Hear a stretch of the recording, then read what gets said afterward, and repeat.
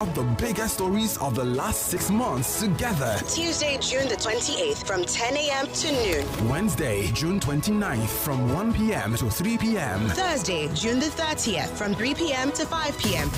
The Nigeria Info Roundtable. Let's talk.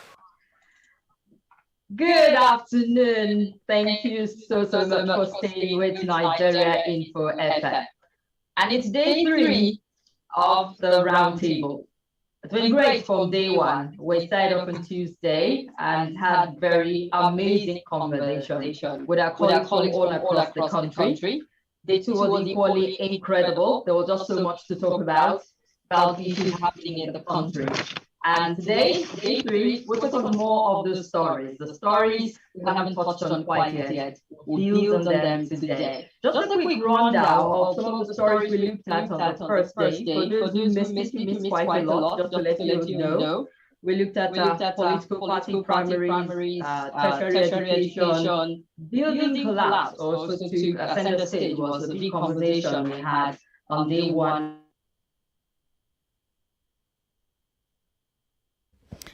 Okay, while we get Kimberly back on the line, I am Sandra Ezekwesili. We seem to be having technical difficulties there.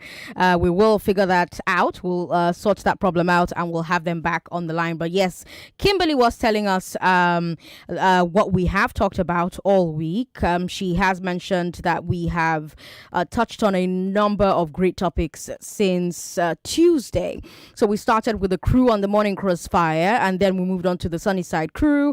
And now we're going to have you meet all of the presenters of Hard Facts across the nation. I am Sandra Ezekwesili, and we're going to try and get the rest of the gang back on. I'm talking about Kimberly Nwachukwu from Abuja. I'm talking about Dayo Dee-Shark from Port Harcourt.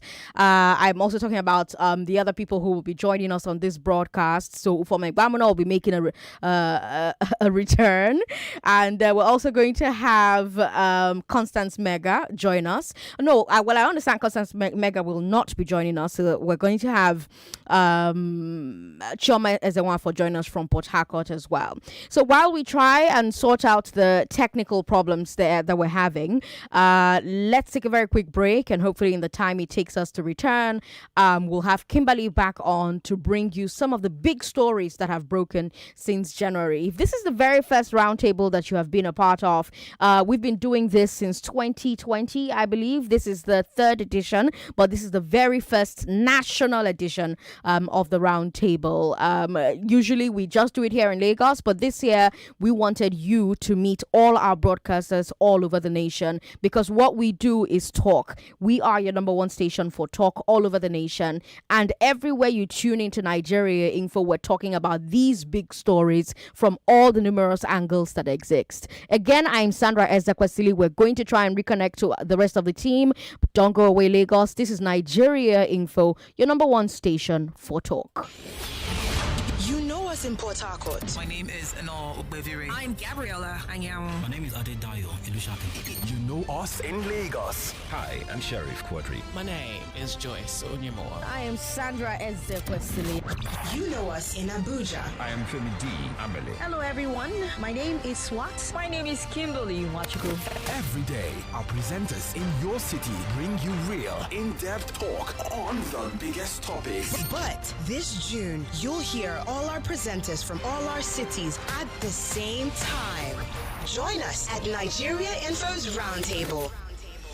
For 3 days, let's talk about the biggest stories of the last 6 months together. Tuesday, June the 28th from 10 a.m. to noon. Wednesday, June 29th from 1 p.m. to 3 p.m. Thursday, June the 30th from 3 p.m. to 5 p.m. The Nigeria Info Roundtable. Let's talk. I'm Sandra Ezekwesili, still here. We have the rest of the gang. They've joined us now, but we are still trying to figure out that technical difficulty. But Lagos, don't forget, we're streaming live on Facebook, Nigeria Info 99.3. We're streaming on YouTube, Nigeria Info FM. You can join the conversation via WhatsApp. Kimberly will share that number with you when we have her back on. You can also tweet at us using the hashtag Nigeria Info RT, Nigeria Info RT. Today we're going to talk some more about the party primaries that happened all across the nation. The Morning Crossfire crew with Wemimo and Ifemi Andrews and Ufuoma Egbamuno and Femi Dianele all try to talk about it on Tuesday, but there's really not a lot of time available to get into all of the details because the party primaries, it shifted and turned and morphed and was unpredictable in a lot of ways, but also predictable in a lot of other ways. So we'll come back to that. We'll come back to the Electoral Act confusion, because remember that for the longest time, we weren't sure if the president was going to sign the Electoral Act. We'll come back to direct primaries versus indirect primaries. We'll come back to all the people who won the tickets for their different political parties. So you have Tinubu with the APC, Atiku with the PDP, you have Obi leaving the PDP, you have Obi moving to Labour Party, you have the P2OB movement. We're also going to talk about the basketball ban. The federal government did ban basketball, so we'll come to that. Insecurity has rocked the nation for the first 6 months. It's been one story after another. The aftermath of the insecurity continues to grip the nation. We just got reports of some of the hostages from the Kaduna rail attack who were shot. So we'll talk about that a bit. We'll also go to Owo where that really horrible incident took place earlier this year. And then, of course, fuel scarcity was something that we all dealt with all over the nation. I hear Abuja, who's our host today, has been dealing with the fuel scarcity issues the longest. Some people claim that it's been on since November. I do hope we have Kimberly back on now. If we do, Kimberly, over to you. Yes, Sandra, thank you so much. And thanks for doing a great job with the rundown also of the program. I apologize for the disruption from our end, but we're good to go. And to just formally welcome all our colleagues from across the country.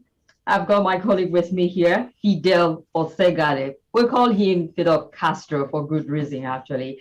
And he's a senior editor here. Fidel, good afternoon. Good afternoon, Lagos. Good afternoon, Port Harcourt. Good afternoon, everyone. Nice to be here. And from Lagos, we have Sandra Ezekwesili, the host of Hard Facts in Lagos. Sandra, good afternoon to you. Good afternoon to you, Kimberly. Good to be here. Thank you so much. You look amazing, by the way. Thank you. And also joining us from Lagos is Ufuoma Egbamuno. He's the manager of news in Lagos. Ufuoma, good afternoon. Hi, Kimberly. Can you hear me? Good afternoon. I can hear you crystal clear. Officially, I'm supposed to be in Lagos, but I'm currently in Port Harcourt. Hi. All right. Fidel. Fidel is having a great time here, just so you know. And seeing that you are in Port Harcourt, we might as well touch base with others in Port Harcourt with us also. I know that we're joined by Dayo Dee-Shark, call him D-Shark. Hi, Dayo. How are you? Hello, Kimberly. I'm great. Good to see you. Good to see you too. Dayo is the host of Hard Facts on Nigeria Info Port Harcourt. And also Chioma Ezenwafor, who is a senior editor in Nigeria Info Port Harcourt. Chioma, good afternoon to you. Good afternoon, Kim. Good to see you. Good afternoon, everyone. Thank you so much for joining the roundtable. And I can see you guys all look amazing and ready to go on the roundtable today. Cynthia already gave a rundown of the topics we looked at on day 1, day 2. Day 3, we're looking at some other very important topics. And Cynthia, you did say something about the fuel scarcity in Abuja. You're very correct. People spend Valentine's Day on the queue. It's been happening for a very long time. From the end of January, I think, that's where we started having the fuel scarcity here in the federal capital. And it has lingered to this particular point. We're already used to black market buying of PMS in the country. And we'll just start off from there. First off, seeing that Fidel is sitting close to me, there's a man about town that knows how to get things done. Fidel, I would love to find out your perspective on, first off, how you're coping with the fuel scarcity here in the federal capital. And are they giving us any other explanation as to why this fuel scarcity is lingering and expanding to other parts of the country? Because right now, Lagos is also feeling the pinch. Well, thank you very much, Kim. I think it's become a bandwagon effect. I mean, it's just pure. It just spreads to so many other areas. We've had fuel scarcity, sporadic. At one point during that January-February time, NNPC came out to say that panic buying, we should stop panic buying and all of that. A few weeks after, the queues sort of vanished, and a few days later, it's been a recurring decimal actually. And of course, this last pinch of fuel scarcity, you keep wondering how the black marketers, how they get their fuel and all of that, bring out their jerry cans. And we had the IPMAN, independent marketers, they came out to brief sometime last week, and in fact, they actually vowed that we're going to get fuel this week before the week runs out. And they also went on to say that it will be at 165 naira. There won't be any increment, and people should not, do panic buying and all of that. But it turns out that it was just a rumor, like we've always said it.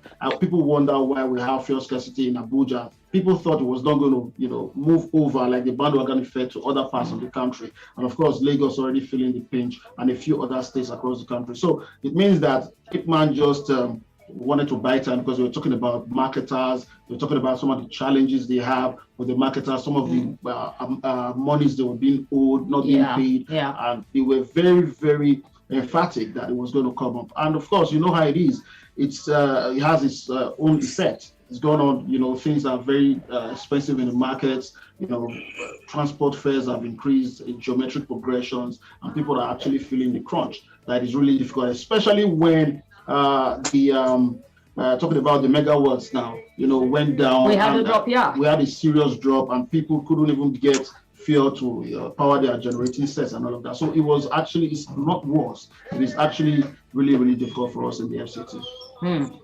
Well, I can relate to what you're talking about, particularly when we had the collapse of the national grid and people were scampering to just get PMS in the federal capital. I'm a little curious to find out how it is in Lagos. I was in Lagos some weeks back, and the filling station seemed pretty clear. For me, it was almost like a culture shock. Like, I'm in Nigeria with you, and I queue up for hours in Abuja, and you guys have fuel. I wasn't happy when I heard it caught up with Lagos anyway, but I'm really curious to find out how is it affecting transportation in Lagos. Lagos is a bubbling, animated, active city where you need to always be on the move. So it must be crippling activities at this point in time. And I'm also curious, Sandra, what explanation is coming from your end as to why we have this lingering fuel scarcity? To be honest, there's no nice answer to the fuel situation. We can complain about government's failure over 5 decades to build new refineries or maintain old ones. These are sentiments that I've heard over and over here in Lagos. You did ask, well, what's going on with Lagos? Well, the cost of transportation has gone through the roof. It's multiplied times 3 in some places, times 5 in other places. But what I do know is that right now, new refineries cannot come in time to solve the current problem. We have also refused over and over to remove the fuel subsidy because understandably people don't want to pay higher prices, especially with the economy the way it is.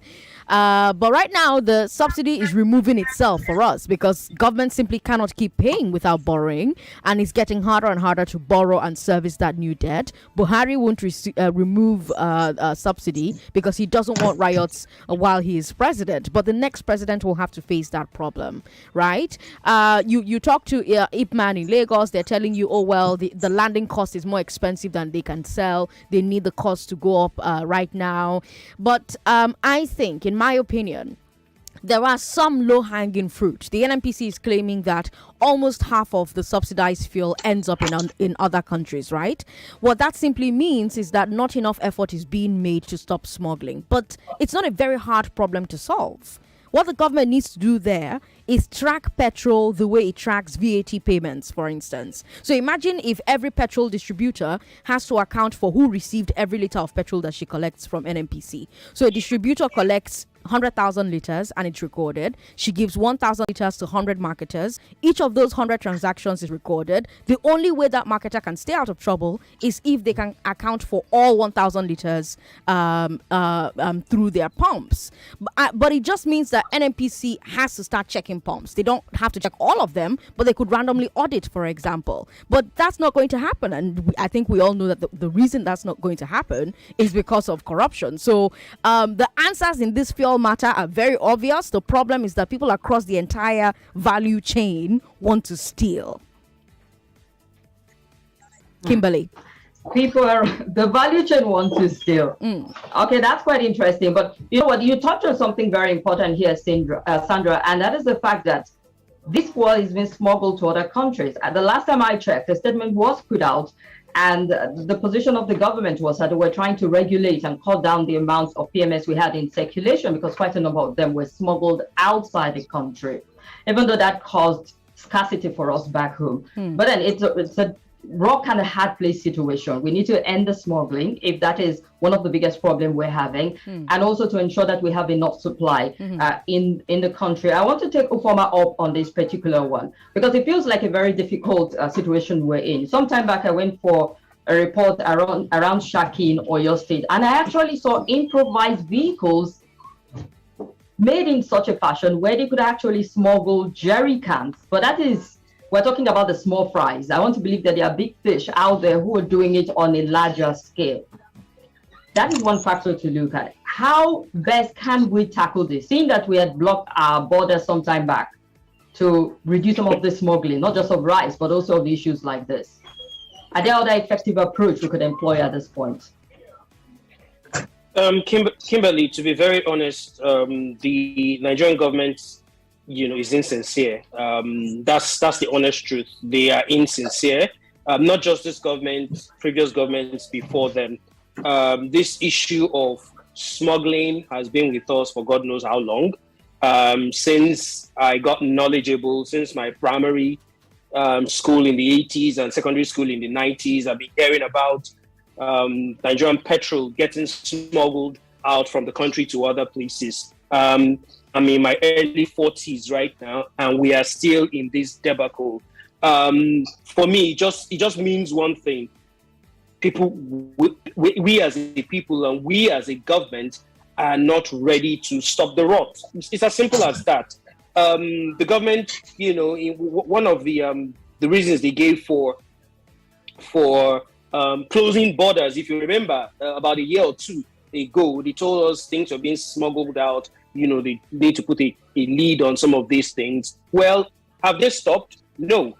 You remember the Occupy Nigeria protests from about 10 years ago, 2012 to be precise. Yeah, it was about, at the time, the government of President Goodluck Jonathan wanted to remove subsidies. A lot of persons who are in today's present government were in Ojota, protesting and talking about how, no, that should not be done. So I'm bringing up all of these background information so you understand where we are right now. Sandra talked about the fact that the present government does not want to remove subsidy. In fact, the president in his interview with Bloomberg just a couple of days ago, mentioned the fact that even other Western democracies are actually giving subsidies now. So why should Nigeria be taking away subsidies? Now, so the honest truth is that adding subsidies might not necessarily be a bad thing, but the question would be how much of subsidies is being paid for? The government till today has never answered that question. We only just have bogus figures, and it's become like a racket, in quotes, where some people just siphon monies, and continuously this happens. I was in Abuja a couple of months ago when this petrol scarcity started. In fact, you said it was a culture shock when you came to Lagos. It was a bit of a culture shock for me because it wasn't that serious in Lagos at the time. That was, I think, February or March, if I'm not mistaken, and it was really tough getting from one part of the city to another. 3-4 months down the line, we're still where we are. Lagos has caught up with it. After a week or two, it will ease off. And then 2 months later, it will come back. We're just going round and round in circles because the people who are supposed to be our leaders, who are supposed to be answering these questions, have chosen not to answer the questions, or they've chosen to turn a blind eye on it. Because again, who are those who are taking these what's it called now, subsidies? Because I remember the president, before he became president, talk about how it's become a corruption pipe. It's gone a loophole where people siphon monies. Well, he's 7 years down into his administration. What has he done about it? Can we specifically say this is how much we are paying for subsidies? They said they were going to remove it. Oh, today they said they're going to add it. Next tomorrow they say, oh, we're consuming 250 million. The next day they tell you it's 300 trillion.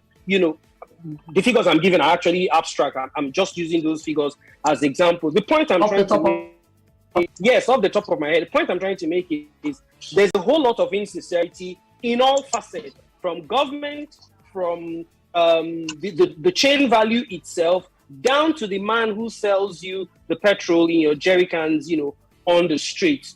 Are we going to get out of this anytime soon? I don't know, to be honest.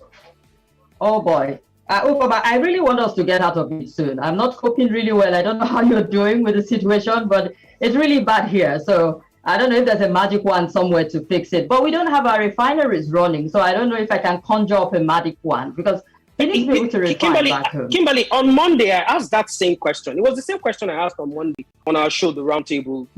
The president, the ministers, a lot of the big guns in Nigeria were in Lagos a couple of weeks ago celebrating Dangote Refinery that is about, in a matter of months from now, to come on stream.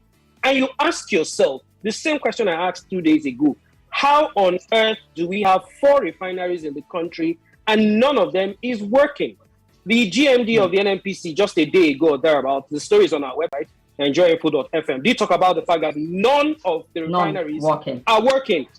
These are refineries that we've had millions of dollars, not naira, dollars sunk into it in the name of turnaround maintenance. Where did these monies go to? People need to answer questions. Well, people need to answer questions. I quite agree with you. But let's go to Port Harcourt. I remember some months back, sometime last year, we're talking about revamping of the refineries in Port Harcourt, one of the largest we have in the country, which is also comatose at this point in time.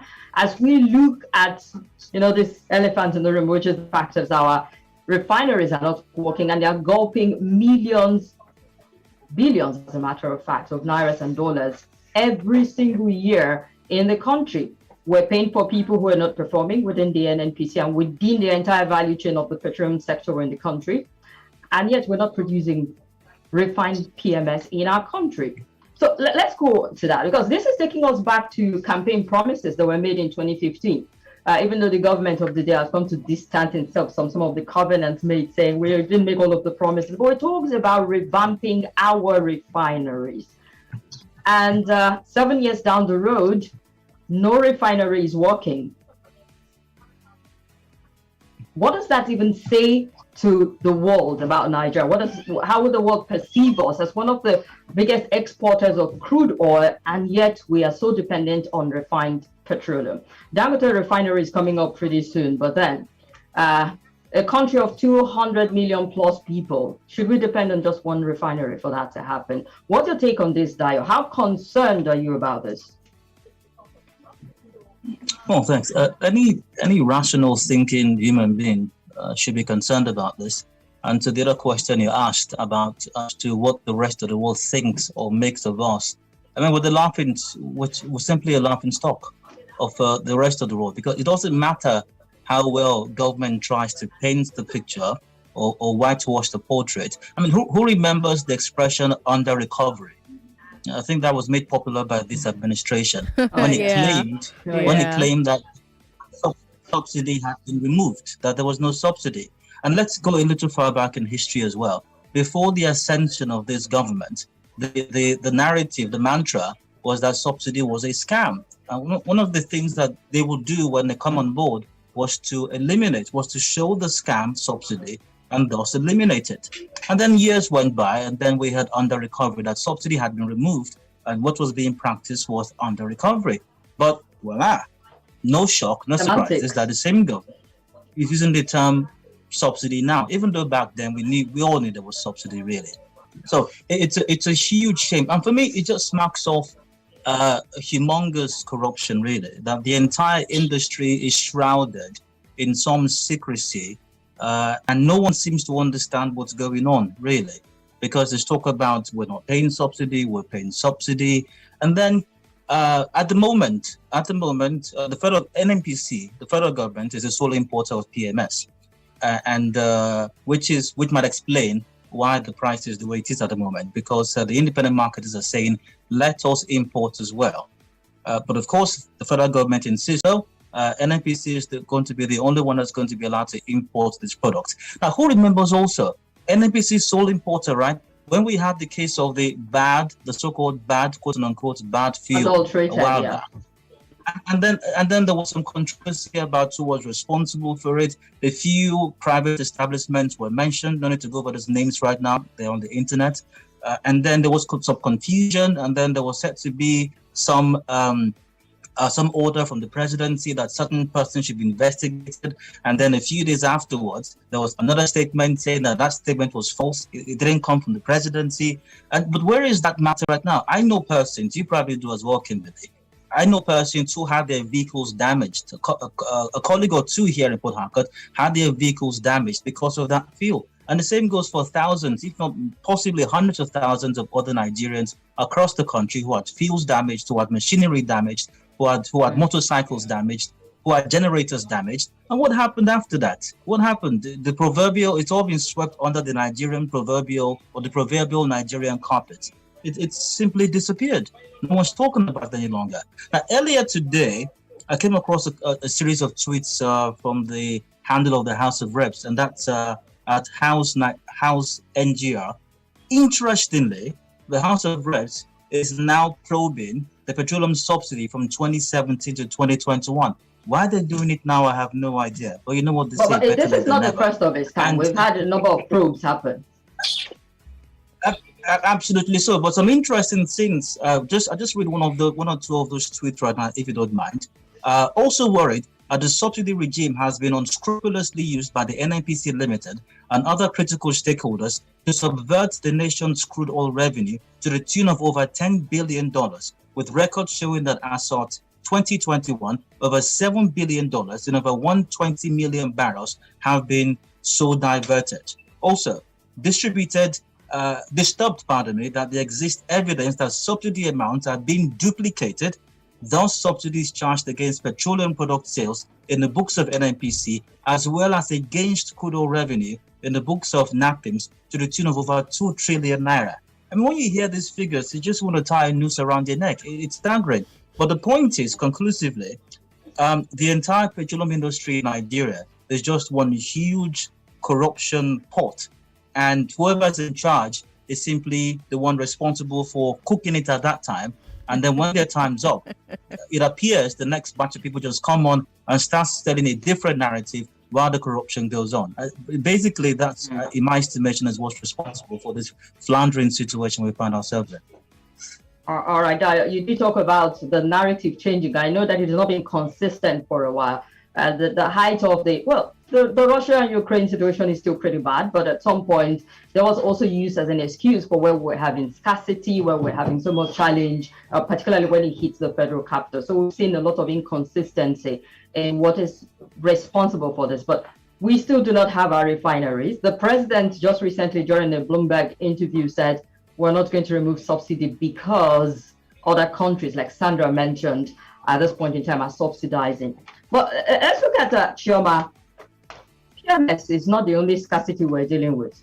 At some point, the airline operators were threatening to ground planes in the country, and that was going to affect the economy massively aside from the business. The National Assembly had to wade in, literally begging them to not suspend activities, and that we're going to intervene to ensure that they had access to aviation fuel.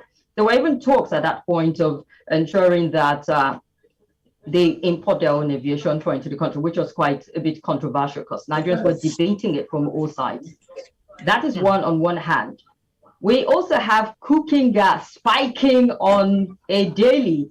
It feels like every time I run out of gas and I go to refill it, the price goes up. I don't want to sound like I'm emotional or unstable, but it affects my emotions when I go there and they tell me it's added 1,000 or 1,500 naira. So these things are real. But let's look at also how this also translates to affecting business and the economy that we're dealing with. Chioma, share with us from your perspective on how you see it. Aviation, if they intend and if this persists, who knows? Diesel goes as high as 700 naira. In some places, a whole lot more. So you can see on how that is almost constricting the space. How is it affecting business and our economy? Give us your best thoughts on this. Yes, all of this is happening at a time that there's been lots of predictions about recession, a global recession looming. And so if there are such predictions, ordinarily you should have an economy that's preparing for a recession like that. But unfortunately, situations of this nature doesn't allow for such preparation because you're still busy trying to grapple with survival and, to even think of any form of reservation. I don't even know how much of, the idea of preparing for a global recession would look like when you're yet to get your diesel products sorted out. You get here to get petrol sorted out and then cooking gas. And it also gets me thinking about alternative source of energy, whether it's for your vehicle or for electricity. It's really time for us to perhaps look that way and subsidize items like solar. Subsidizing solar can pretty much help prepare a nation like Nigeria for the so-called global recession, because it means that businesses can stand. Don't forget, it's just about 2 years after. It's just about 2 years after the pandemic, and not a lot of businesses have been able to recover from that, and not a lot of support came from government when it comes to recovering from a pandemic and then having to deal with back and forth. Of course, it's taking a toll. We've seen inflation even for the smallest thing. Actually, I sent an IG message to a very popular cereal because I picked up the one I give my kids, and I noticed that they had actually dropped the size from 900 gram to 800. And I was wondering because I checked my list and the price didn't change. Okay, the price didn't change, but somehow the size has changed. And, they do it so silently these days, unlike before where there would be some sort of jingle telling you or trying to explain to you, so you won't be surprised when you see it. So a lot of businesses are dropping not just their quantity, but also their quality. And it's very disturbing because we recently heard a story about NAFDAC the workers going on strike. And so it means that some people could even be considering giving adulterated products. And that's very disturbing. Okay. Well, talking about the disturbing nature of it, you also want to look at the people handling it. I mean, Fidel, some people would say, taking us back to the independent marketers, that quite a number of them are not very learned, educated in understanding how to deal with the value chain that they deal with, particularly at the downstream sector. What do you say to that, just before we go on to the next story? All right. Like I said, Ipman actually briefed. They said most of their marketers, they really are not educated.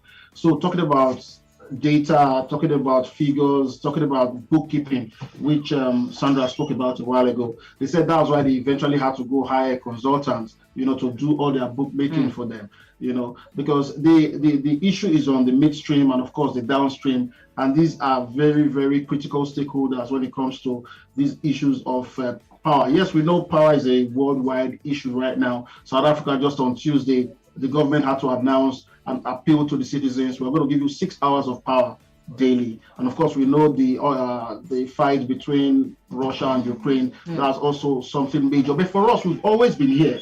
Diesel 820, 12 kg gas, some as high as 12,000.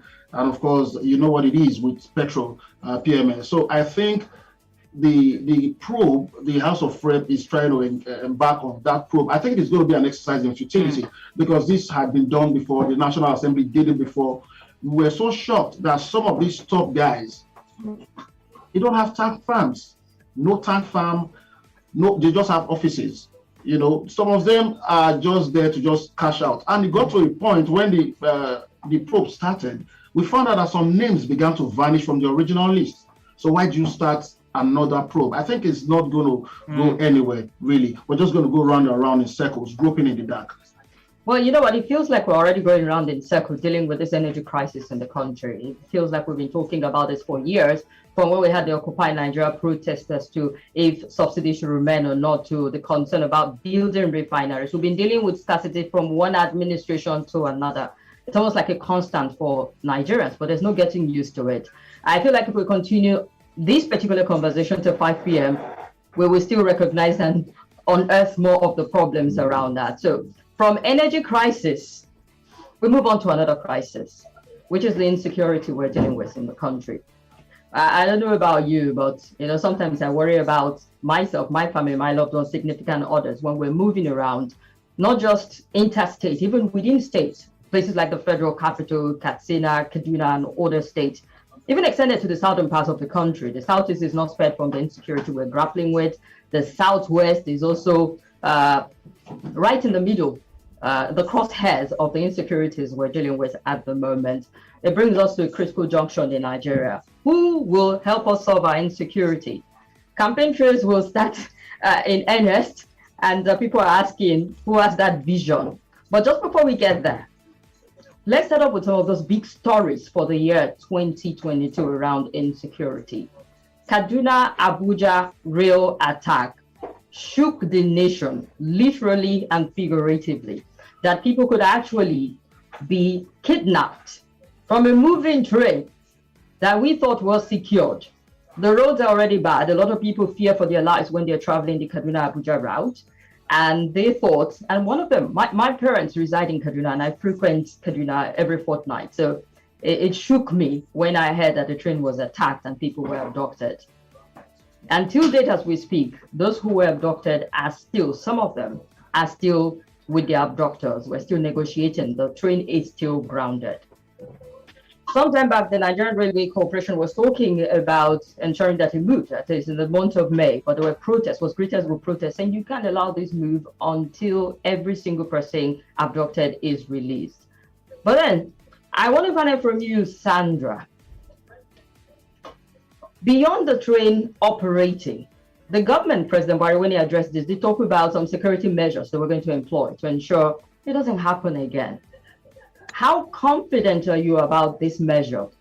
Is it clear and articulate what it is they intend to do to ensure that there's safety on that route and every rail trail that we travel in the country? Kimberly, I want to tell you a bit of a story, and use that to answer this question. I want to take you to 1800s America. In the 1800s, the Wild West in the USA was having the same problems with train attacks or of train attacks. So our problems are olden days problems. In the short term, what they started to do was put armed security on trains. There was a private agency called Pinkertons that became famous for train security. Now, we don't do private armed security in Nigeria, but maybe we can put more police, more civil defense, more soldiers on trains. I mean, think about it. You already have police and even soldiers guarding these so-called VIPs. Those VIPs are not more important than your mother, who you go to, when you want to go visit your mother in Kaduna. They're not more important than traders or coppers or workers, elderly people who take the trains. So why not move those security personnel from VIP duty to train protection duty? And beyond that, we should have a network of security posts in the so-called ungoverned spaces that the railway lines pass through. Because think about it. The reason that these train attackers can operate is that there's a shortage of security presence in those spaces. By putting security outposts there, you kill two birds with one stone. But the problem with that is, for the past 2 years, the army has changed operations to a so-called super camp strategy. They've let go of smaller camps and smaller posts, and instead they're crowding in very large camps that are very far away from each other. And this has reduced their ability to deploy quickly to most areas. They've done this because very often they are outgunned, which means that we're back to the basic problem that requires a long-term solution. We need to arm, we need to equip, we need to ensure that our security personnel are on this matter, that they are better. I'm not sure how that happens, but if we keep finding defense money in people's houses, if we keep hearing thoughts and prayers, if we keep hearing my heart goes out to, I am heartbroken by, that's definitely not going to solve our problem, Kimberly. All right, talking about the regular platitude, at some point it feels like exactly the same script is read every single time a tragedy strikes the country. Nigerians are always at this point scared to even have another attack. They can almost predict what will be said by the government at the end of the day. Now, Sandra, you were talking about more security presence. Kaduna-Abuja roads, the IG of police had to ask for more security presence and more vehicles on that road because, well, the trains are not working, so the roads need to be safer. The attack on the train happened on the 22nd of March, 2022. Right. We've had several other attacks between the train attack and the attack in Owo that happened on the 5th. Right. I think it was the 5th of June, 2022, when people were killed in the middle of worship in Nigeria. Right. You think after the train and after Zamfara and after Kaduna, this shouldn't happen, but it's happening again. Let me start with Fidel, who is here with me before we go back to Port Harcourt on this particular one. Fidel, the government continues to promise that they're doing all they can within their capacity to ensure that there's safety and security. Besides, the number one responsibility, security of lives and property. Doesn't look like they're delivering on that just yet. But this all-war attack opened a new frontier on the level of insecurity we're dealing with. I'd love to hear your perspective on this, Fidel, on this attack and what it means, the effort that's been put in towards dealing with insecurity in Nigeria. You know, it's really shocking because Aneke the bird has come out to say that if the hunter had decided to shoot without missing, then it will start flying without perching. Now, these bandits, terrorists, whatever you choose to call them, they've become too daring. All right. Just when you think that what's the worst that could happen, they just give you another angle. The Owo incident was really, really daring. And I saw a few videos, online. And just when you think that we are about to get out the neck of the woods, something else happens. I'll give you another scenario. I was at Uromi early this year. I had just driven past some of those banks, and these daredevil armed robbers came. They robbed 5 banks simultaneously. Now, do you know where they went to? They went first to the police station. And after doing whatever they wanted to do, disarming them and making sure that they do not face any stiff resistance, they were there. You needed to hear the sound of the guns, grenades, and all of that. And this was in broad daylight. They robbed for 2 hours plus, shooting for 2 hours plus. Now you begin to wonder, what is the strength of the Nigerian police? Do you have a friend, a brother, a father who is a police officer, and you get that call? Would you advise just go? It is your duty. It is your job. What's the number? We've had so many incidences, so many of them. And just when you want to go to the south, something else happens in the west. And the bottom line is, government will come out and say, we commiserate with these families. Now, they were interested in the aviation field, for example, because that's their route. They don't drive the roads. I remember a lawmaker from Kogi State, Nuruddin Abateme. I remember his name very well. There was a serious incident. There was an accident. That same day, there was a robbery. And he came to the parliament the next week to say that they should fix the road. That was because there's no airport from Abuja to Lokoja. He wanted them to fix the roads. I think if we all apply these roads, I feel if we all enter the trains, I feel if we all are victims, so to speak, because from the look of things, we are actually all victims, because you have friends, you have relatives, you have people you have colleagues who have been victims of. So I think it should take attack. I mean, not holistic attack, a holistic approach to ending this. And I think citizens have a role to play.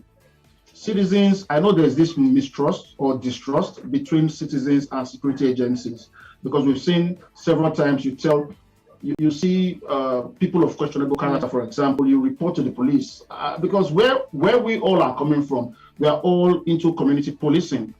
You see a strange fellow, you would know that this person is strange. When you report, most of the time, the police could just tell them that was the guy that reported you. Don't forget the jailbreak in Edo. One of those who was who came out of jail, he was put in jail after a court process and all of that. He had to go back to the person who testified against him and murder the person and his family members. So these are the issues. Security is top notch. We actually thought it was power that we needed. I feel Nigeria is like a bucket with so many holes. If you fix one, it's still leaking. Think of Medulla's law. Medusa, I think that's what it's called. You know, you cut one off and 10 others just spring up. It tells you how serious the situation is at this point in time. You know, Fidel, when you were talking, you did talk about bandit terrorists, whatever they are called. And I know a lot of people who have accused the media of downplaying it by calling the terrorist bandits. But the Federal High Court in Abuja had to prescribe them properly to saying, is this Yan Bendiga, Yan whatever they are, unknown gunmen, profiled properly as terrorists. But I'm curious, Ufuoma, how has that changed anything? What have we done with this? Because some people are asking about the gazetting of it and the approach of the government in dealing with insecurity now that we have profiled them properly, prescribed them as terrorists. Do you get any feel, even talking with citizens, that we're dealing with them decisively, like we're using all within our arsenal to deal with insecurity at the moment, now that we know they're terrorists? Kimberly, you know, I actually raised my hand because, you know, I just wanted to add a little bit to what Fidel was saying.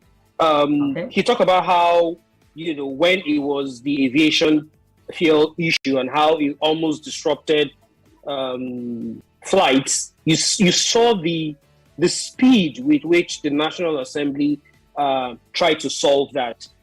Again, was it yesterday or today? I think it's today. See the speed with which the Senate, you know, are talking about the Ekweremadu issue. That was yesterday. That was yesterday. Okay, yesterday.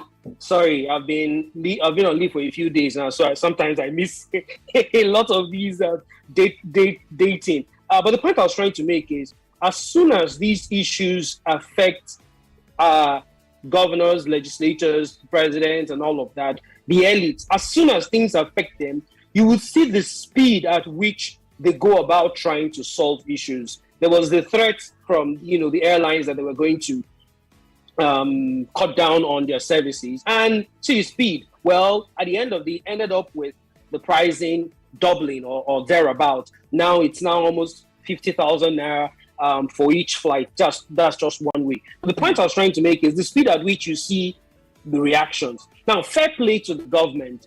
The Minister of Information would almost always let you know, and maybe rightly so to some extent, that just before this administration came into power, we had a couple of our local governments under siege from terrorists, Boko Haram. There were a couple of local governments in Yobe, in Borno State, you know, they were under Boko Haram rule. And to a large extent, that's not the case right now. Agreed. Kudos. You know, we give kudos where needs to be given. But it's gone from that and got into another level. And the level it's gotten to now is this splinter group. They no longer operate in that heavy procedure anymore. They've gone into splinter groups. They've mixed with allegedly ISWAP, Boko Haram, you know, and these other guys. And now they're attacking people in different pockets. You saw, of course, the Kaduna-Abuja train attack. You will ask yourself again, did you not see this coming? Why on earth are you traveling by 5, 6, 7 p.m. in the evening on those routes? You know, so it was more or less expected. But again, it happened before we knew what was going on. For me, I would think that just the same way the government doesn't respond easily is the same way the same issue we're actually having right here. We only wait for 2 days after an attack, and then you hear, we will do the utmost best to get these attackers. There's something we have somehow in the media we've tried not to portray it. But ask yourself, the Owo attack, the majority of the victims from the Owo attack, you could argue that they were from a particular tribe. Was it premeditated? You know, some of us have tried not to ask those questions, but these are questions that somehow you might not run away from it. Now, you could argue also that, the Owo attack, these things happen. We've talked about it in the media, but until it gets closer to you, you won't understand. I know a close friend whose younger brother was a victim. He was just discharged rather from the hospital 2 or 3 days ago. I know the pain, the family went through to be able to thank goodness for his life. He wasn't dead. We interviewed one of the young chap who was in that church. She said she had to pretend to be dead. Like,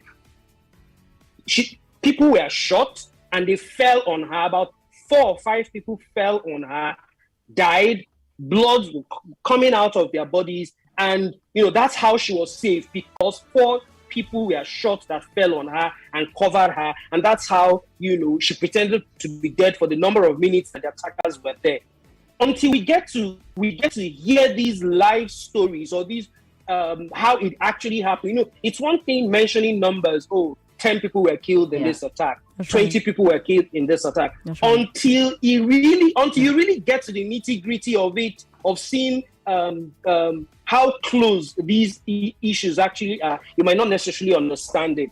What will the government do? I think a lot needs to be done. They've been able to get mechanos, or what do they call? The question will be, how much are they used? But you see, these issues have gone. Some of these security issues are actually political. Let's also be honest with ourselves. Some of them are actually political. I want to find out from you quickly before I move on to Dayo. You political in what sense? Elucidate. Well, you heard a couple of days ago, or weeks ago, the governor of Imo State, Hope Uzodinma, this is not me laying the accusation. He actually said it, that sometimes some of these attacks, whether the unknown gunmen, whether the bandits or terrorists, in the north, some of them are sponsored by politicians, who probably have lost out in elections and are trying to make the situation ungovernable so that they paint the government in power bad. Whether that is true or not, well, we would have to wait and find out. All right. Considering as well that the Owo attack happened on the morning of the APC primary election, if you remember. And so on the day of that attack, a lot of people actually connected a day before. A day before. Yeah, it was a day. It was just. It was a day before. That was why Akeredolu had to go back to his state. Yes. So all of that activity about the tension about the primaries happening, and then an attack comes in, and then all of the aspirants all headed down to Odo State. It was just a no-brainer for a lot of people that he definitely had something to do with I know a lot of people were talking about the dinner of blood that happened that night, the fact that it shouldn't have happened in the first instance. But, we will take us to our centenary celebration when there was an attack at Buniyadi, where boys were murdered in their schools. And the centenary celebration needed to go on. A lot of people were, torn at that point to saying, should we? Shouldn't we? What message does it send to the world? But they said we've spent a lot of money. We shouldn't have gone on. It should have just shut down. The government. That's the mark of respect. It should not, like, when the people who killed those churchgoers were not doing it for money. They were doing it for terror.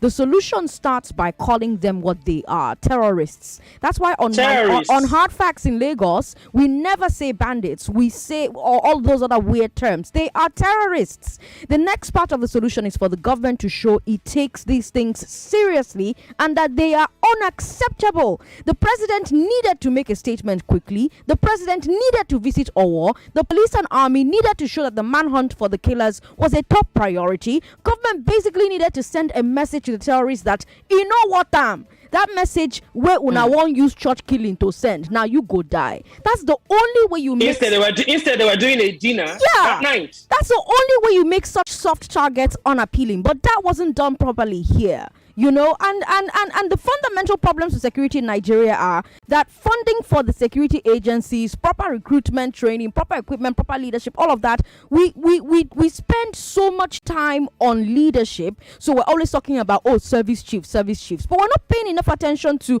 okay, how are they recruiting those who are in the system? The money that is going into taking care of these problems, where exactly is it going to? The Counter-Terrorism Act gives government very wide powers to go after groups that are prescribed as terrorists. We've seen the government use those powers very well against IPOB and Nnamdi Kanu. We're still waiting to see the same powers be used against these groups that are ravaging lives in the North Central and the Northwest. We've heard indirect reports of about 500 alleged financiers being identified. The Counter-Terrorism Act gives the government great powers to freeze their accounts, prosecute them, trace transactions. Even without the Terror Act, we saw government do this very effectively with NSAS that was non-violent, right? Even investment apps like Bamboo and RiceVest, they were all caught up with government trying to freeze their accounts. So it's very difficult to understand the hesitancy here. We've covered at least 4 different cases of village heads and Hakimis here on Hard Facts in Lagos that were removed for allegedly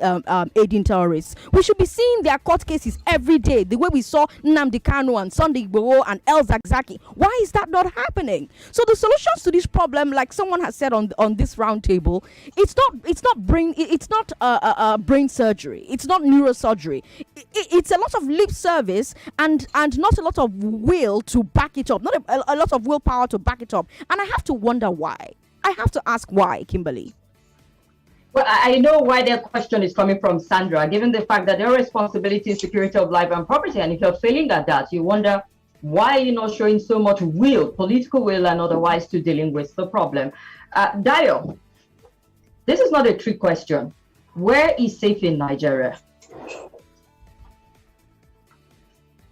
Well, I mean, the answer to that question is obvious to everyone, really. I mean, your guess is as good as mine. What the answer to that question is, and I perceive that's a rhetorical question, so I'll simply move on.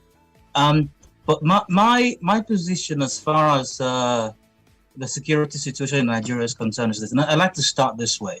I'd like to first off deeply and sincerely appreciate all the men and women of our armed forces. They are doing a great job within the confines, the circumstances that they have to deal with, they have to work in, and the scenarios they have to work with, and all of that. I appreciate them. I mean, some of them have paid the ultimate price, literally. We have members of our armed forces who lose their lives regularly. I mean, someone says bye to his family, I'll be back home in a couple of months, and the wife or children or family members or friends hear that he or she's lost their life. It's a terrible sin. And police officers as well, inclusive, they also lose their lives. So appreciate them.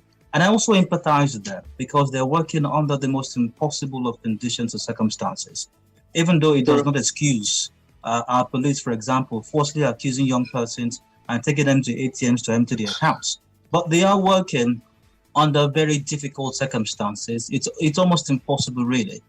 Now, that said, I think that the Nigerian security apparatus, for whatever reason, and I wouldn't want to speculate too much or get into the realm of conjecture, but for whatever reason, we are not advancing as far as security is concerned.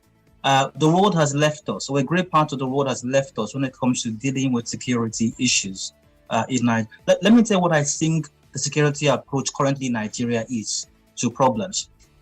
Something bad happens, a train kidnapping, a bombing somewhere, people are killed, or a mass abduction, and then what you hear, this is our strategy, in my estimation, and then there's condemnation. Some statement from the presidency and elsewhere, and how we condemn media assistants, I releasing statements on Twitter and everywhere, a condemnation of what has happened. And then what happens after that is matching orders. Matching orders are issued to security chiefs to rally and galvanize, and then chase down and smoke down and smoke out and deal decisively with these criminal elements. And then occasionally some top government functionary might visit the site where this has happened and then hug a few persons. If there are naked babies around, fantastic, carry one or two of these naked babies, point into the distance, looking at the camera, looking very sad, arms like this, of course, and shaking heads every now and then, and then condoling with the people and promising that never again will something like this happen until the next incident happens. So I think that predominantly is our security approach. But we need to get scientific with these issues. And one of my concerns and the reality, the problems plaguing our security apparatus is they are stretched thinly. We simply do not have enough manpower. And that might explain Sandra's position earlier on as to the strategies we're employing right now, having these super camps. Because if we were to spread our security, our manpower as appropriate across these flashpoint areas, they literally can't cover it. And don't forget, once again, even amongst the police, we have a few of them who are carrying Madame's bag when she goes to the market. Dayo, did you say a few of them? It's about 150,000 or thereabouts. We'll stick with a few of them for now. And then huge chunk. And then the ones who are going to pick junior from school, we have a department for that. And then we also have a special unit who carry Madame's for holding umbrella. Who carry Madame's plate when she's on the buffet line. So they are stretched thinly. So there's a lot wrong with that. And so back to the issue of adopting a scientific approach to this. It's not just a show of force. The world has moved on from a show of force in handling security issues. You have to be scientific about it. We can't forget in a hurry the Boston Marathon bombings. I think that was in 2013. That's right. How about the Paris attack in 2015 as well? That's right. After the Boston Marathon bombings in 2013, 3 days afterwards, they had the pictures of the two brothers responsible. Exactly. Splashed all over the place. Exactly. So people knew who they were. And then they spread the word and say, be on the lookout for them. They cordoned off an entire city-like, and they said, people go indoors. If you sight them, place a call to us. That's right. Now, that takes us to another thing. But before I come to that, how about the incident in the Paris attacks as well in 2015? Just recently, the trial was concluded. 20 persons were convicted. One of them, I think, sentenced to life imprisonment, which is probably the most severe punishment in the French legal system. But since 7 years ago, they've come to a conclusion now. Now, no society, no environment has a monopoly of crime or criminality or even terrorism. It happens elsewhere as well, sadly, even in the most so-called advanced societies. But the difference between there and here is that when these things happen, you can see, you don't just hear, it's not just matching orders. No, you can see people taking action and more often than not, apprehending the culprits and bringing them to book. I talked about the Boston situation. Now, how were they able to apprehend this person? So even the Paris situation as well. They asked people to send in photos, send in videos. People started sending in photos, started sending in videos. Because once again, there is a connection between the security apparatus and the people. You know how in Nigeria we keep saying that security is not just one person's business, it's everybody's business. But what is the relationship between the security apparatus in Nigeria and the average Nigerian? The average Nigerian sees a crime going on right now, and they just wish they had not seen it.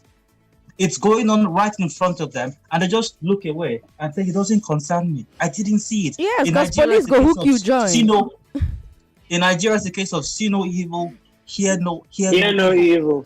Here, exactly. Nobody wants to be the one that made the phone call, because also there is a mistrust between the people, the civilians, and the police and security agencies. So even though manpower is very critical, I'm wrapping this up shortly, Kim. So even though manpower is critical, you find that when you adopt a scientific approach to it, it's not just about manpower any longer, because you can get intelligence, you can get information from people through videos, through smartphones, so many options available, and then you can track these people down, and then very importantly, very crucial, apprehend them, prosecute them, bring them to book, because that is the only one way a society can deter other persons from engaging in crimes. All right.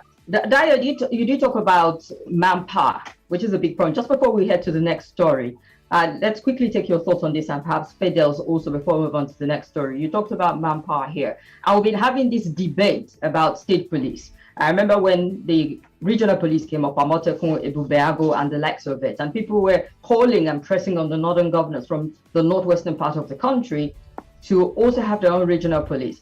But the government of the day seemed not to be really comfortable with the idea of a state police, because the idea is the state governors are emperors and it's going to exacerbate the problem rather than fix it at the end of the day. But I want to find out quickly, Dayo, your position on this, on the state police, because you talked about scientific and all. But then if you also recognize that we have a capacity problem, a manpower problem, it means that we need to find ways of either recruiting more police officers or allowing the state set up their security outfit. They know the terrain, they know the hills, they know the valleys, the hinterlands, they comb these areas, they're familiar with the culture, the language, and the people. And perhaps it will build more trust with the people. Why is it not something that we're embracing at this moment? Can you tell? If you can do it in the 2 minutes, I'll appreciate. The problem, the thing with Nigeria is there's never really any altruistic intent to solve problems. We're never quite out to solve problems. It's usually about what advances my personal interest. It's mostly about personal interest. What I think you're talking about is decentralizing security, especially the police in Nigeria. And the problem with doing that in Nigeria, from the federal government's perspective, is not because they perceive governors as being emperors. That might be concerns of, the average Joe on the street, the average Nigerian. Will the governor use it to intimidate real or perceived opponents? But from the federal government perspective, my viewpoint is it's the approach to decentralizing the police is the same as decentralizing anything and everything else. Why wouldn't the federal government want to decentralize power, for example? Power generation, power distribution. Why not decentralize that? Why not decentralize? I could go on and on. There's several other things that need decentralizing. The reason we're not doing that is because of this need to keep everything centralized, to keep everything in the domain of the federal government. And it's simply to serve personal interest. It's not about solving the problems that the country is dealing with. Well, that's a shame because we have a lot of people dying on the daily in the country. We're not even keeping tab anymore. The numbers are high, astronomical. At the risk of sounding exaggerating, we have a lot of people dying in the country. So we need to prioritize security at this point. Fidel sitting close to me, as a matter of fact, is, like I say, a survivor. I don't want to use victim now. A survivor of Boko Haram attack. Yes. I remember the Nyanya bombing, right? No, it wasn't the Nyanya bombing. It was the Abacha Barras. It was the Abacha Barras bombing. That's how they welcomed me to Abuja, And since that time, even before then, it's been really, really tough because security has become our number one challenge. Now, the question is, you talk about state police. Yes, it's selfish that we do not have state police because when it doesn't favor them, talking about the executives, talking about the top guys, they'll shut it down. Now, the flimsiest excuse is that when you have state police, they become like an arm of the governor. And of course, they can use that to muscle and get any kind of election or during election duty, so to speak. But the question is, do you know anyone who's in primary school, who's in secondary school, walk up to you to say, I want to be a police officer in future? When there's no zeal, when you are not interested, when the interest is not there, even when you become a police officer, you won't work well. That's another area, another way to look at it. So you have to be interested. It has to be something you like. Yes, I want to be a doctor. I want to be an engineer. Nobody wants to be a journalist. Nobody wants to be a police officer. Nobody wants to be a teacher. Nobody wants to be a journalist. Journalists don't have money. Okay, that's... We're broke. We're poor people. I was going to say that was breaking news. Well, we'll put it out there. We don't have half the money you think. Okay, if you're just joining us, joining the program, it's the Roundtable. It's a national roundtable, and we have the one of the finest OAPs from across the countries giving their thought, their perspective on some of the big stories of 2022 on the Roundtable today from Lagos, Port Harcourt here in the Federal Capital. We're talking about stories around insecurity. We've talked about the fuel scarcity, aviation scarcity, and high cost of cooking fuel in the country and how it affects our economy. Remember, you can be a part of the conversation. All you need to do is send us a message via WhatsApp. We'll not be taking phone calls. You can send your message via WhatsApp 0809 9930137. And you can also tweet using any of our social media platforms. Nigeria Info on Facebook. We're streaming live on Facebook on all our Facebook platform. So you can follow, you can leave your comments. I promise you will read as many of them as possible. And if you're tweeting, please use the hashtag Nigeria Info RT.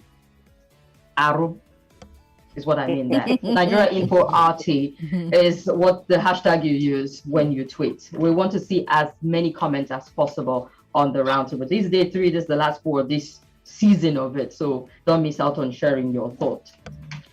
Now, from security to more wahala. Well, I shouldn't put it that way. It's not all doom and gloom. There are happy things happening in the country. Hopefully we'll get to touch on one of those stories. But let's head up to Port Harcourt. Chioma, party primaries. Yeah. We set up this conversation on day 1. I was really talking politics. But I remember how the whole direct primaries and indirect primaries played out. For the first time in a long time doing this business, I saw politicians coming out of the woods, passionately contributing on why we should not adopt direct primaries. Apparently, it meant a lot to them that we should maintain status quo. Or did we see that with the delegates and how they voted? I don't want to give you all the details, but I don't know when you change hands or you saw or heard from a little bluebird. But then it was reported that happened. But moving forward, knowing how controversial this issue of direct primaries, indirect primaries, politics, and how we vote, because I spoke with some people who were saying, if delegates allegedly collected money, who are we not to collect money on election day? So we can see the ripple effect of that. How do we begin to fix this all-important problem of money politics? We saw it starting with the concerns around direct primaries and now. All right. The truth is that we do not have democracy yet. Okay. Already. When it comes to, what democracy really means and what it is, we shouldn't even have a debate of whether or not we should do direct or indirect primaries.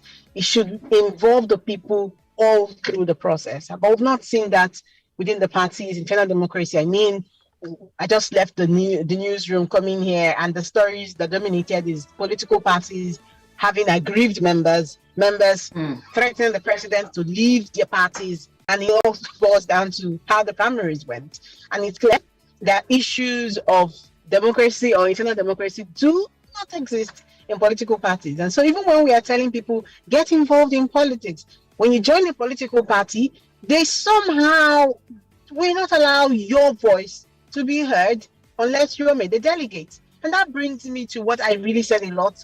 I talked about it a lot during the primaries, which is perhaps we should start having what we call delegate debates, where we really hear from, because I mean, since we are like, what I'm asking for, it sounds expensive. So far away. Who takes the responsibility for that? The political parties? The political parties, yes. Let's have them talk to us about, the delegates now. After the congresses, let's have these delegates tell us why they plan to vote any aspirant of their choice. And let's have those conversations on record, archived, documented, and perhaps we can begin to have a feel of democracy of some sort. But right now, it was a disappointing process for me as a journalist watching and trying to report on all of that. Most importantly, I like to look at how a lot of these issues affect women. When you look at the fact that it didn't reflect all the advocacies that have been going on, which is that women should be involved even in such matters. A lot of political parties just had what they call it, mouth service. Okay, when it comes to involving women, when it comes to really involving them, a lot of them didn't really involve them. It was still purely a male affair and purely choosing the interest of who the leaders of these parties are, and never about who the people really wanted, or at least members of the party who they really wanted. Sandra, yes, this money politics business, we're looking at it like the pyramids. There's bottom of the food chain, the people also scampering for a piece of the meal, looking at the money. So we need to find a way to fixing it from high up there, and takes us to cases of even campaign financing as we look at internal party democracy. Right. The truth is it a point about legislation at this point in time? Because even in the Electoral Act, the amount, you have a cap as to how much political parties have to spend in all of their campaigns and the likes of it. But within the party structure itself, like the case of the primaries that we say, do we have adequate laws covering it to ensure that there are no inducement of some sort? Or is it a case where we need to just directly focus on direct primaries to addressing this? So many questions. I'm going to try and answer it as best as I can. I will say that when people believe in candidates, when they truly believe in candidates, the truth of the matter is that they will reject money and support them. We've seen it in a lot of places. The reason that money politics dominate is that voters have heard politicians make the same promises to them election after election and never keep them. So even if you're Angel Gabriel and you're coming to make promises, if they don't see a track record that makes them believe you, they'll assume that you're another liar. And that means that they're going to just take money from you because that's the only guarantee that they have. But I think what we're seeing now with the so-called obedience is something to keep our eye on. Nobody's giving them money. In fact, they are the ones bringing their own money to build a structure to market their candidates. So clearly, there is a solution to money politics. And, somebody talked about, even within the parties, what are their own regulations about it? You cannot ask Ram to vote for Salah. It will not vote for Salah. It's not going to happen. What needs to happen is for average Nigerians to stop waiting for politicians to do better. If more Nigerians decided to do what obedience are doing right now, start building their own parties, start organizing themselves. When politicians fear the people, they start doing the right thing. People are begging politicians to do direct primaries. Politicians are just laughing, and they're laughing because if they do the indirect primaries, what you gonna do about it? Will you go and build your own alternative? But if citizens show these enshrined politicians that, look, we will build alternatives, politicians will sit up. That's the only answer, in my opinion, Kimberly. Politicians begging the people. I look forward to that in the near future. It's very possible. But, they come to people now. Maybe not scrubbing at their feet, actually, but they're begging for your PVC. And that takes us to the CVR conversation. We need to move the stories along quickly. We're almost out of town. Taking up from here, Fidel. The continued voter registration. Today happens to be the 30th, right? Yes, last day.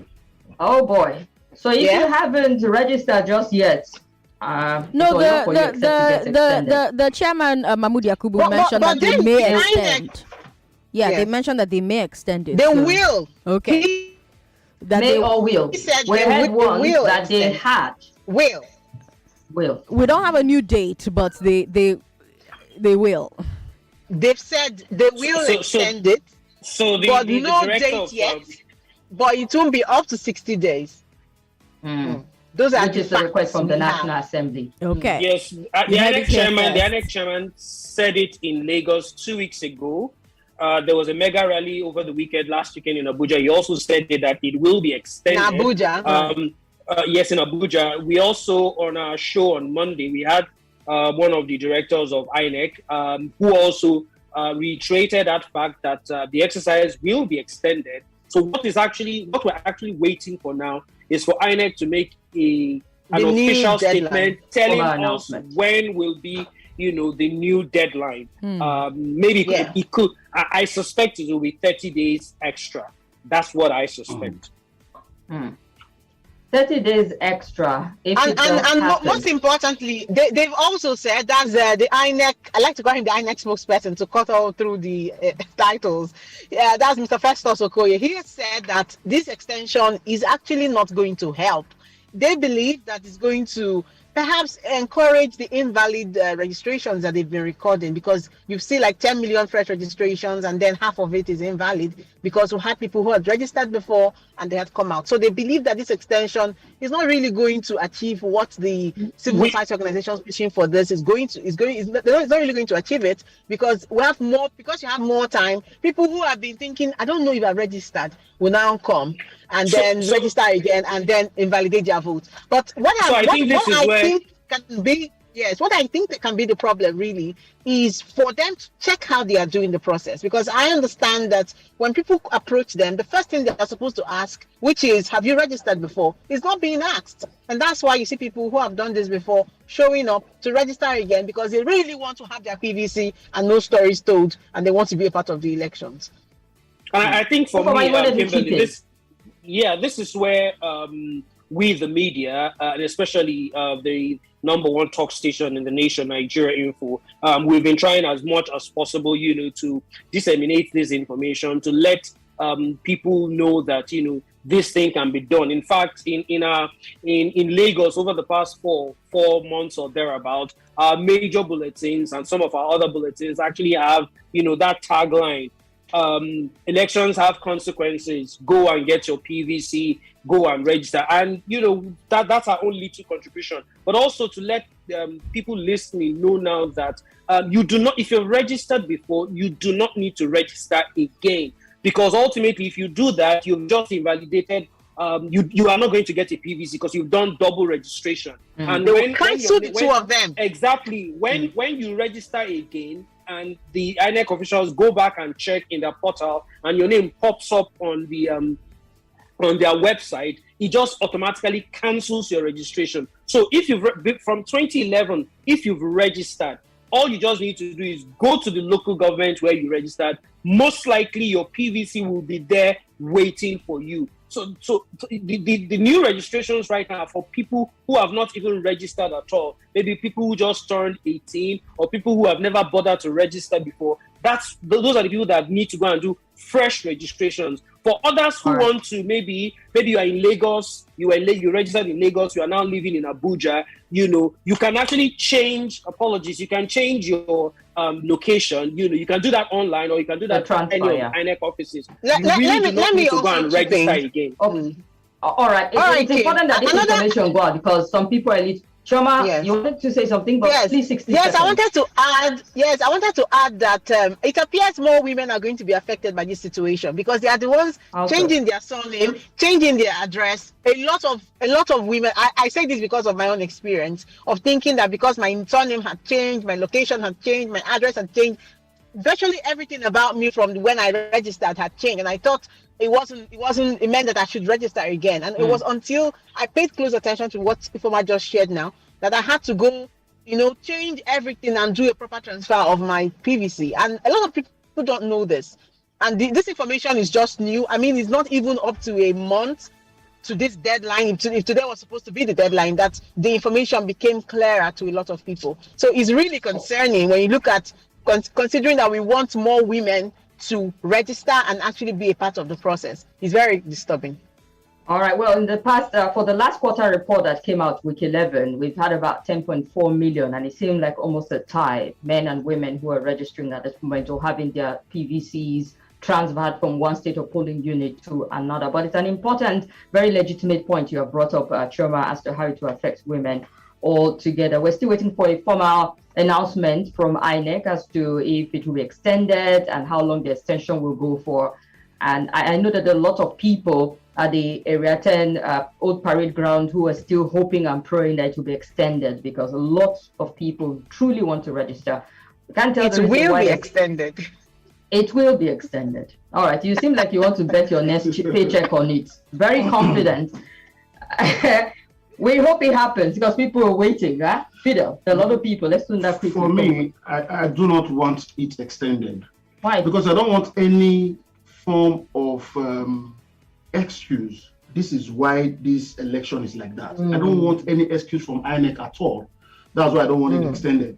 Now, people just talk about votes. Go collect your PVCs and all of that. Nigerians almost do not vote. Don't get it twisted. Go back to Ekiti. That just happened yesterday. Ekiti, people who went to their polling units in the morning for accreditation, 900 and something thousand, nearly 1 million. How many people voted? Less than 400,000. That's what it is. Nigerians I think that stat is actually, I think that stat is a bit not so correct. The 900 is the total number of registered voters in Ekiti. not the people that actually came out, same difference. How many people voted? Now we're talking about, see, this Constitution and Electoral Act. People need to go study them. It's very important. Now, I remember when Sandra was talking about, he pushed, if people want a particular person, they want a particular person. The first consideration in an election is 25% spread in 2/3. That is 25% spread in 24 states. Now, let's say you have 1 million votes from 3 states, and I have 200,000 votes, and I have a spread. The first consideration is I have won the election. It is when we have a tie, or all the contestants have 25% in 2/3, which is 24 states. That's when you go back to simple majority. So that's another major consideration. If you say you don't want direct primaries, you don't want indirect primaries, even America, there's like a model. They still do the college system, the electoral college system, which is like our indirect primaries, so to speak. So if you look at it, direct primaries, indirect primaries, so what's it called? Americans hate it. Americans want to abolish it. They hate it. They want to abolish it. Sometimes if a system doesn't work for you, it doesn't work. And if it doesn't work, the only people who can change it are the people. And these are the only 3 kinds of primaries we can have. The only reason the politicians are insisting. The only reason the politicians, I was actually, I didn't have much time to talk about it. The only reason the politicians are insisting on indirect primaries is because they can control it. That's right. They know. That's entirely true. Well, it's not entirely correct. The National Assembly. The National Assembly wanted. For direct primaries. Let's allow Ufuoma finish his thought. The National Assembly wanted direct primaries, to a large extent, because they know that if that happens, their fate will not be controlled by some of the state governors who actually control the party machinery in their respective states. You could argue that they did that because of selfish reasons, but the bottom line is that if we have indirect, if you have direct primaries, it's not the be all and see all. But the politicians know that when you have direct primaries, they will not. How many people will they be able to allegedly sway with the dollars? Because in that instance, you're talking about all members of the party voting. That's right. So that's why they keep insisting on this indirect mode, because the numbers are smaller. They're just delegates. They can control these delegates allegedly by dollarization. Ufuoma, I was around in the time of Option A4. All right, they still sway these people. I was too. People just move. They shunt. So they can still pay you. Now, what happened in Ekiti? All these political parties, they pay. But just that the particular party got paid the highest. So they shunt in Option A4. So if you're doing a direct primaries, they will still take charge. Just 30 seconds. My point is that. But the old Option A4 and queuing up in the sense in which it was done back then, it sounds pretty dated. We're looking at the future where you can sit at the convenience of your home and even vote from there. So not taking us back to 1993 or anything, no matter how cool. It needs to get better. But it's an important question also on how to get it done. Dayo, you've been very quiet on this particular one. And but just before I get to you, those who are eager to join the roundtable, you can send us your comments via WhatsApp 0809 9930137. I've been streaming on all our Facebook platform and YouTube from the start of the conversation. You can leave your comments there also. And don't forget to use the hashtag if you go on Twitter @NigeriaInfoRT. We'll need to move on to the next story quickly, actually, because we're almost out of time. And Dayo, strike me, I don't know. You play basketball. Another question that might sound like a rhetorical question, but I honestly need an answer. I'm not the tallest of persons around. No, I'm not. Okay. But I used to play when I was much younger. Of course, not professionally. All right then. Well, but love the game. Love to watch as well. Take us the story of the basketball ban and reversal by the federal government. That you say something? Very quickly on the matter of the continuous voters registration. I just thought to add that we seem to forget that SERAP filed a matter in court recently. That's a Socio-Economic Rights and Accountability Project to compel INEC to extend the continuous voters registration exercise. Now, the court granted, I think the Federal High Court in Abuja, granted some interim injunction, stopping INEC from ending the process until the matter has been dealt with in court. The substantive suit was held yesterday in court in Abuja, I think. I gather that INEC was trying to get the court to squash that temporary injunction. The court refused to do that and adjourned the matter till Monday. So the matter is going to be heard again on Monday. And that definitely explains why INEC has not been able to suspend the process right now, because the court said you can't suspend until we are done listening or hearing this matter. So I just thought to mention that. All right, important one then. We're getting feelers also about the extension, but I'll need confirmation before we give a precise date as to how much extension or days added for the CVR registration. Ufuoma, a little bluebird whispered to me that you play basketball. You know, I actually want someone who, I don't know. I would love to see that. I want to watch that. I did a little. I want a video. I did a little back in the day, actually. You want a video? Yeah. Never played basketball. I played I played basketball in secondary school, but they never chose me. But they never chose me for competitions ever. I don't know why. Because same here. I didn't just the ladies are the basketball actually. I also covered them. I also covered their so yours is the case of almost doesn't count. Covering them does not translate to playing it. But then let's take on this one story quickly before we get to the comments. On the 12th of May, the Ministry of Youth and Sport announced that the federal government had banned all international activities concerning basketball. For 2 whole years. For 2 years, exactly. And a lot of people are like, why is this happening? Can we do this to football? Is it possible? Because some would say for basketball, at least we're performing above average. But the average Nigerian will always talk football when it comes to sports in Nigeria.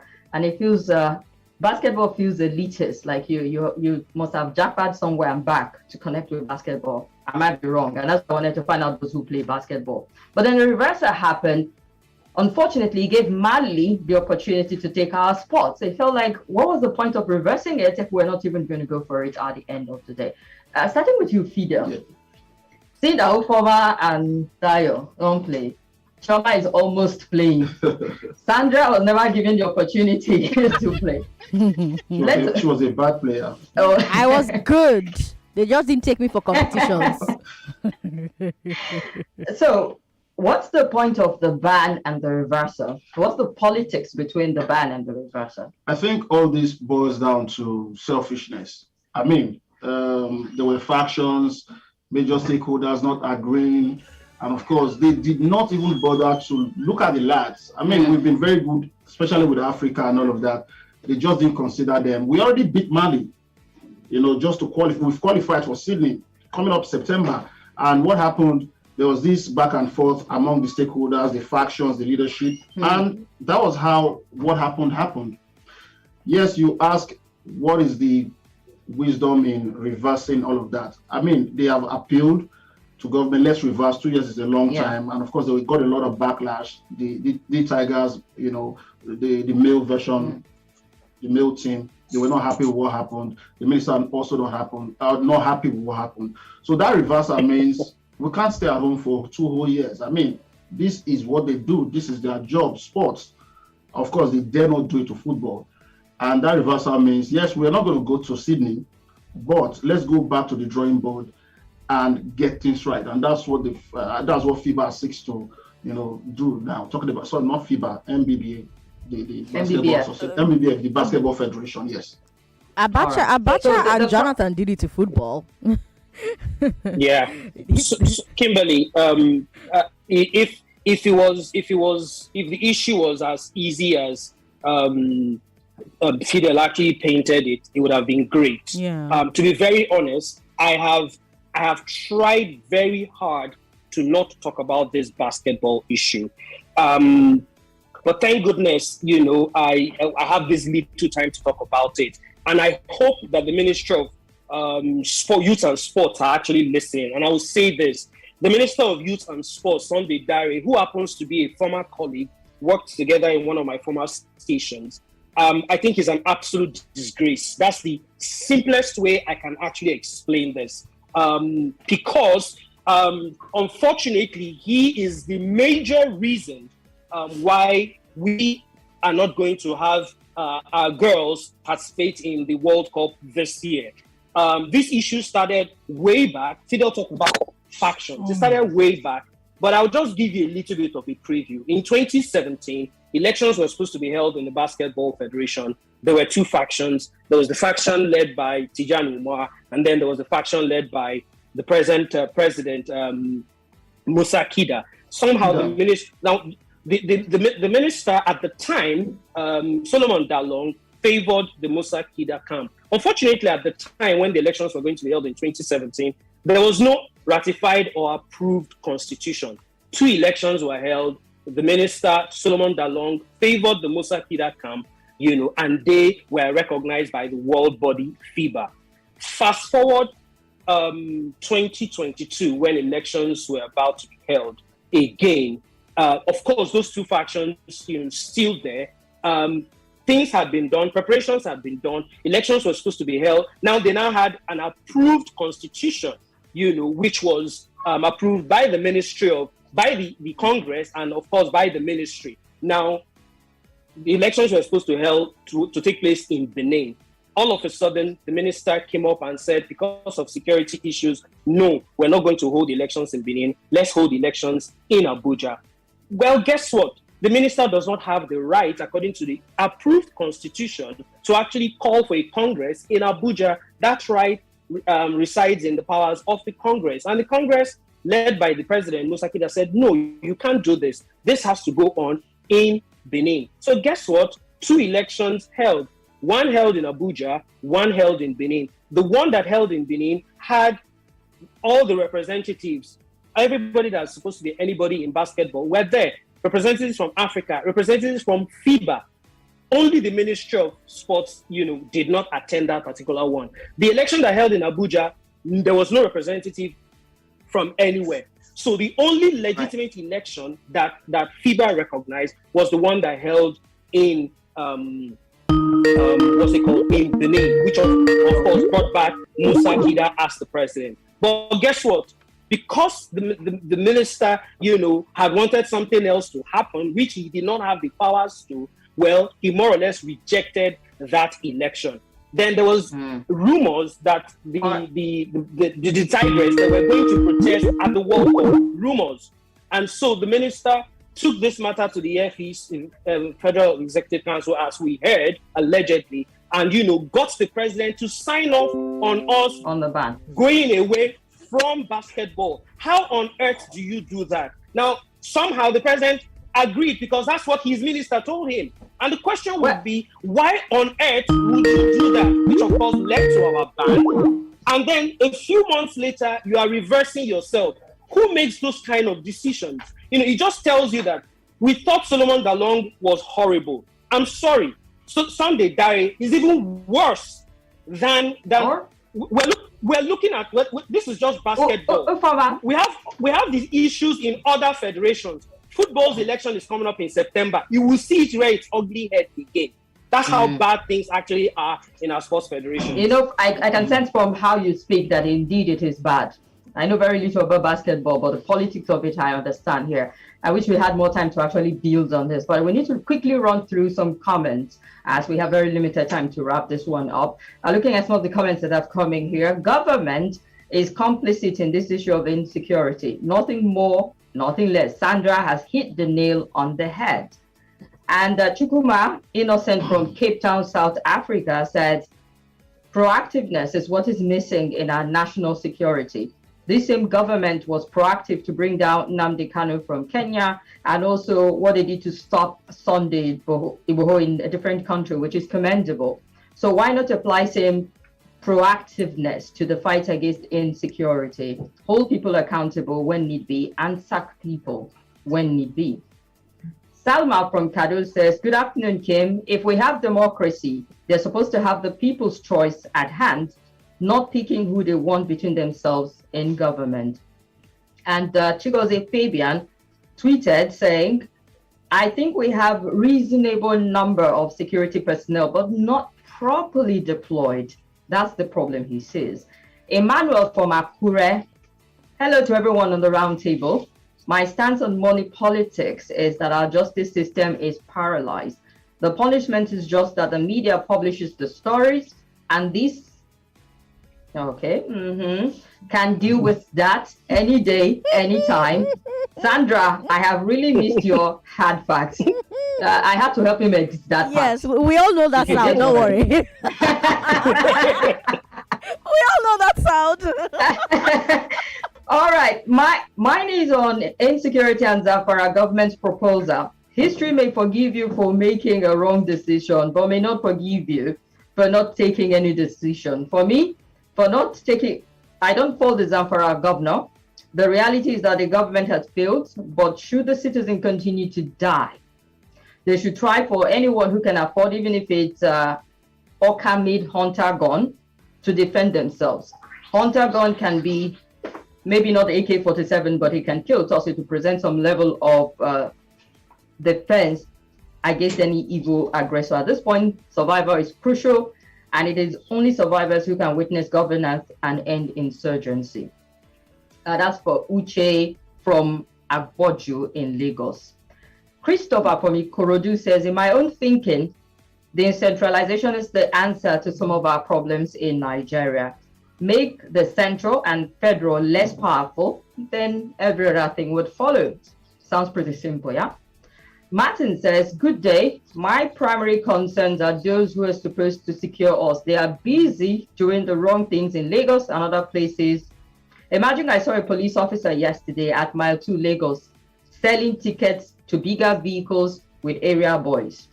What's a nation? All right, I don't understand that story. It's a Lagos thing. We're not familiar. We can't relate here.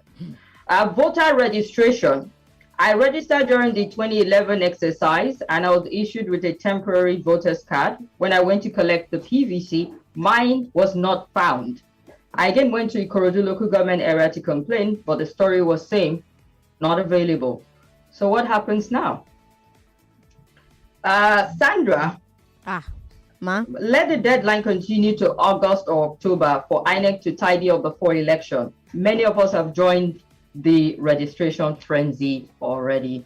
There's so many comments. Sadly, I can't take any more of them because we're out of time and we need to wrap up like in 60 seconds. So is it possible to just say adios and goodbye and say 15 seconds each, starting with, okay, maybe not starting with you. Let's start from Port Harcourt. Chioma, 15 seconds, stick to the clock. Okay, so I think it's been a great conversation, and it's good that we've done this a little, should I say throwback on a Thursday, and I totally enjoyed it, and it helps us to continue to connect the dots right here in Port Harcourt. And thank you very much, Chioma. Dayo. I think Nigerians should not concern themselves with trivial things. If you think a party has not conducted primaries appropriately, if you think a candidate does not have the appropriate certificates, don't obsess with that. Choose the party you think is appropriate, choose the candidate you think is proper, vote for that person, make the right choices. Thank you. Okay, then, and Sandra, all right, the thumbs up from Sandra. Ufuoma, thank you very, very much. Newton, like Ikere from Port Harcourt, what APC and PDP had were not political primaries, they were in famous political maneuver, powered by dollars and the sham, if you like. The only true political primaries I know is the one conducted by Labour Party that produced the man that won the heart of Nigeria, young and old. That's Peter Obi, sent from Port Harcourt. I think it's the only message we got from there. So, ladies and gentlemen, thank you so much for being a part of the roundtable today. To all my incredible colleagues from across the country, thank you very much. Thank you for being a part of the roundtable. This is where we'll wrap it for this season, and I look forward to us having it back. Thank you so much, Fidel. You are incredible. Enjoy the rest of your day. All right, Lagos, I'm still here, and I'm going to be with you until 6:30 p.m. And you've heard all of the conversation we've had on today's roundtable. I'm sure you have thoughts to share, so let's go ahead and talk. 0700-993-993-993, 01465-7190, 01465-7190. That's for women. For men, 0700-993-993-993. What are your thoughts on all of the subjects that we've raised on the roundtable today? We have talked about so many things. We started with the party primaries, and then we talked about the basketball ban, and then we talked about the insecurity problem, and we talked about so much. We also talked a bit about inflation. We talked about the fuel scarcity. What are some of your thoughts on what you've heard today? You heard from me from right here in Port Harcourt. In Lagos. You heard from the Hard Facts host in Port Harcourt, the Hard Facts host in Abuja. You heard from Dayo Dee-Shark. You heard from Kimberly, who was today's host all the way from Abuja. Whenever you're in Abuja, you want to listen to Nigeria Info, the dial there is 95.1. That's our dial in Abuja. The reason we did this is so that you see that the quality conversations are happening all over the country, in Port Harcourt, in Abuja, and here in Lagos. So whenever you are in town in those places, make sure to listen via our app or in person. 95.1 is the dial in Abuja, 92.3 is the dial in Port Harcourt, and right here in Lagos it's 99.3. I'm going to go on a very quick break. When I come back, I'll take those calls. I'm Sandra Ezekwesili. Don't go away.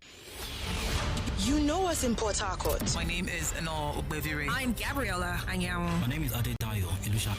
You know us in Lagos. Hi, I'm Sheriff Quadri. My name is Joyce Onyemoa. I am Sandra Ezekwesili. You know us in Abuja. I am Femi D. Ambele. Hello, everyone. My name is Swat. My name is Kimberly. Every day, our presenters in your city bring you real, in-depth talk on the biggest topics. But this June, you'll hear all our presenters from all our cities at the same time. Join us at Nigeria Info's Roundtable.